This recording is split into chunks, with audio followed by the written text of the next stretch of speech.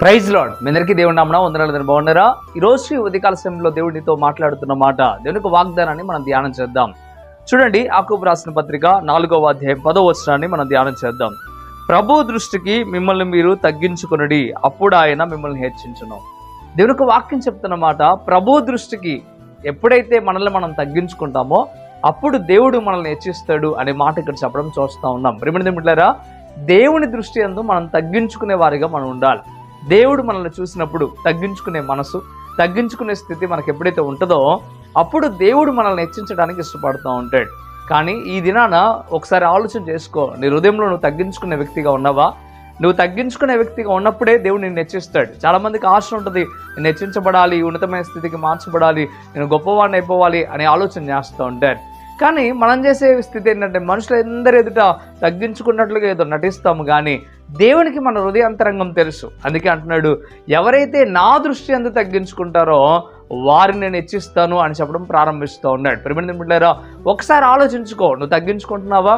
ఇదిగో, నువ్వు ఎప్పుడైతే తగ్గింపు గుణం నీకు ఉంటుందో, ఎప్పుడైతే తగ్గించుకునే ఆలోచన నీకు ఉంటుందో దేవుడిని తప్పక హెచ్చిస్తాడు. బైబిల్లో మనం చూడగలిగితే ఎవరైతే వారిని హెచ్చించుకున్నారో వారి పతనాన్ని మనం చూసాం. బైబిల్లో నెబుకద్నెజర్ తనను తాను హెచ్చించుకున్నాడు, అందుకే గడ్డి మేపించే స్థితికి వెళ్ళిపోయాడు.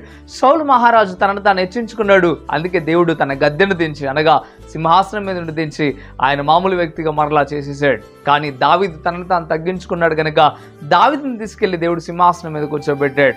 ఒక మాట నేను అడుగుతున్నా, నువ్వు తగ్గించుకోగలిగితే, నువ్వు తగ్గింపు గుణం నీలో ఉండినట్లయితే దేవుడు తప్పక నిన్ను ఏదో ఒక దినాన ఏదో ఒక సమయాన్ని నిన్ను హెచ్చిస్తాడు, ఉన్నతమైన స్థితికి నిన్ను మారుస్తాడు. కానీ ఓపిక చేయి, ఎదురు చూడు, తగ్గించుకొని ఉండడానికి సిద్ధపడు.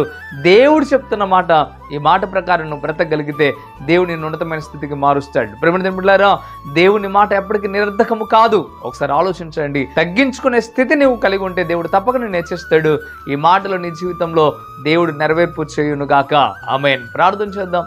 పరిశుద్ధుడా, వందనాలు ప్రభువా, మీకు లెక్కలేని స్తోత్రం. ఈరోజు ఈ మాట ద్వారా తేటగా మాతో మీరు మాట్లాడారు. మాలో ఎప్పుడైతే తగ్గింపు ఉంటుందో అప్పుడు మేము హెచ్చించబడతామని, మీ దృష్టిలో మేము తగ్గించుకునే వ్యక్తులుగా మేము ఎప్పుడైతే ఉంటామో అప్పుడు మమ్మల్ని నేను ఉన్నతమైన స్థితికి మారుస్తానని తేటగా మీరు చెప్తా ఉన్నారు.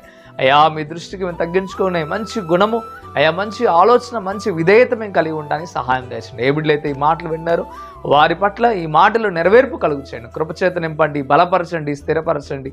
అంతేకాకుండా నైనా మిమ్మల్ని బతిమలాడుతూ ఉన్నాం. అయ్యా, ఈ మాటలు ఎవరైతే విన్నారో వారందరి జీవితాల్లో గొప్ప కార్యములు చేయమని బ్రతిమలాడుతూ ఉన్నాను. ఏ బిడ్డలో ఏ అవసరాన్ని బట్టి, అక్కర్ని బట్టి, ఇబ్బందిని బట్టి అయ్యా నీలో ఇంకా నిలబడుతూ ఉన్నారో, మీ సన్నిధిలో గోజాడుతూ ఉన్నారో, వారి యొక్క హృదయంలో ఉన్న ఆలోచన బట్టి ప్రభువా మీకు వందనాలు. వారి యొక్క విశ్వాసాన్ని బట్టి గొప్ప కార్యములు చేయమని యేసయ్య నామములో వ్యక్తిని బతిమలాడి వచ్చిన ఆమేన్.